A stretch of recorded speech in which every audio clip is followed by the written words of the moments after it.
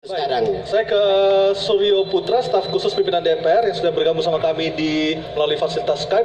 Halo, selamat malam Mas Suryo. Selamat malam, Bung. Waalaikumsalam. Mas Suryo, DPR dicap sebagai lembaga anti kritik dan juga lembaga yang kebal hukum dengan direvisi Undang-Undang MD3 ini. Apa alasan sesungguhnya lahirnya revisi Undang-Undang ini, Mas Suryo? Ya, jadi sebenarnya agak lucu jika rakyat melihat penambahan pasal penghinaan terhadap presiden di dalam KUHP diam-diam saja, padahal di sana ada power dan kuasa serta eksekutif punya alat gebuk. Lalu di satu sisi ketika pemerintah, presiden dan DPR bersepakat untuk menambah salah satu tugas MKD adalah mengambil tindakan hukum atas tindakan merendahkan martabat dan kehormatan DPR, lalu malah protes, padahal seharusnya penguatan DPR adalah pada dasarnya adalah dalam rangka penguatan rakyat. Ya, di pasal ini pada dasarnya adalah 122 huruf K itu objeknya itu bukan rakyat, bukan untuk membuka kritisisme rakyat. Pasal ini sudah pernah ada di dalam Undang-Undang Nomor 4 Tahun 99 ya, sebagai revisi pertama dari Undang-Undang Susduk yang berisi terkait tentang contempt of parliament. Contempt of parliament itu adalah sebuah sistem tanda dan penanda atas majunya sebuah peradaban demokrasi suatu bangsa.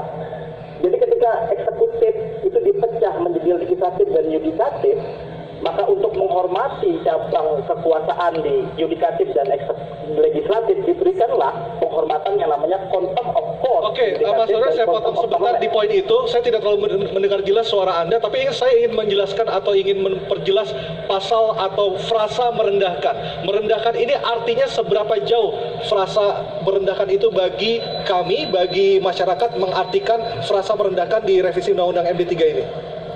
Jadi pengertian merendahkan itu adalah itu terkait kaidah hukum tentang contempt of parliament. Merendahkan martabat dan kehormatan DPR itu adalah contempt of parliament. Itu terkait apa nanti deliknya?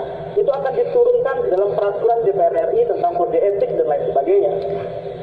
Makanya harus kita telusuri sejarah dari pasal ini. Pasal ini pernah muncul di dalam pasal 35 Undang-Undang 4 tahun 99. Lalu ketika direvisi Undang-Undang 4 99 dan Susduk itu menjadi Undang-Undang 22 tahun 2003 masuk menjadi pasal 30. Dulu di saat awal reformasi pasal itu berbunyi adalah barang siapa yang menolak panggilan DPR RI, pejabat negara, pejabat pemerintah, badan hukum ataupun warga negara yang menolak panggilan DPR RI maka disebut sebagai contempt of court.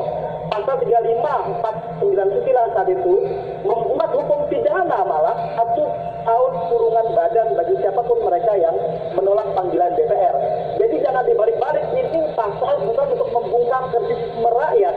Bahkan Ketua DPR RI di dalam rapat penutupan masa sidang terakhir di dalam slide besar ditulis silakan kritik kami.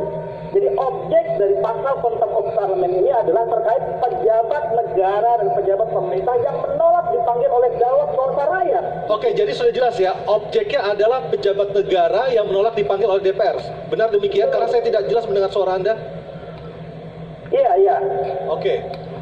Bukankah DPR selama ini sudah punya mekanisme hak interpelasi ataupun hak-hak lainnya yang bisa untuk memanggil siapapun yang menjadi mitra kerja DPR dari lembaga pemerintah? Mengapa harus muncul revisi Undang-Undang MD3 ini?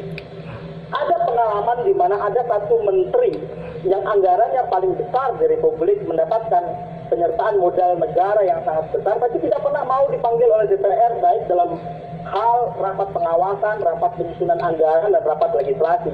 Itu salah satunya adalah Meneg BUMN. Dan DPR tidak punya mekanisme untuk memaksa mitra kerjanya hadir di DPR. Nah, itulah salah satu yang membuat pasal ini adalah pasal lama.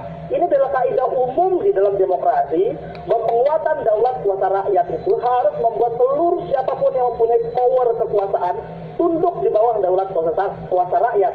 Maka diperkuatlah di dalam Undang-Undang MD3 ini sebagai satu progres yang sangat luar biasa bagi demokrasi kita, di mana rakyat diberikan kuasa lebih untuk memaksa mitra kerjanya hadir dengan hadirnya pasal contempt of parliament. Oke, baik. Mas Suryo, terima kasih telah bergabung bersama kami di Polemik. Selamat malam, Mas Suryo. Saya ke Bang Said. Bang Said tadi sudah jelas menurut Mas Suryo, staf ahli pimpinan DPR, objek dari pasal 122 adalah pejabat negara yang tidak mau datang ketika dipanggil oleh DPR.